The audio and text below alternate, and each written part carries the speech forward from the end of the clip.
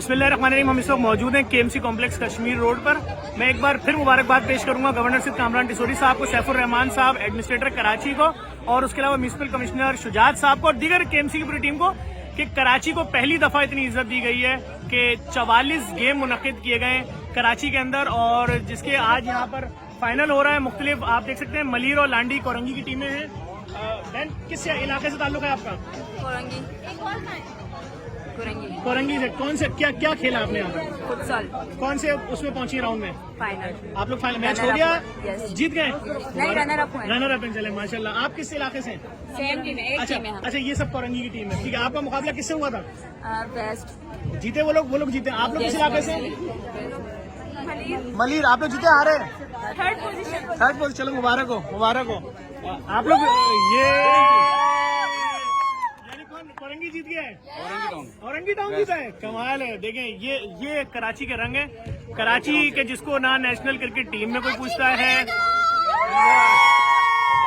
रहे हैं, कराची खेलेगा, ये नारा था 44 गेम, और क्या कमाल गेम हुए। मैं इस पे एक बार फिर मुबारकबाद दूंगा पूरी इंतजामिया को। कराची खेलेगा और कराची खेल रहा है। देखें, कराची के मैदानों को जिस तरह कचरा कुंडी में और वाटर टैंकर की वो पार्किंग के लिए और हाइड्रेंट में तब्दील किया गया था, वापस एक उमंग आ रही है कराची में।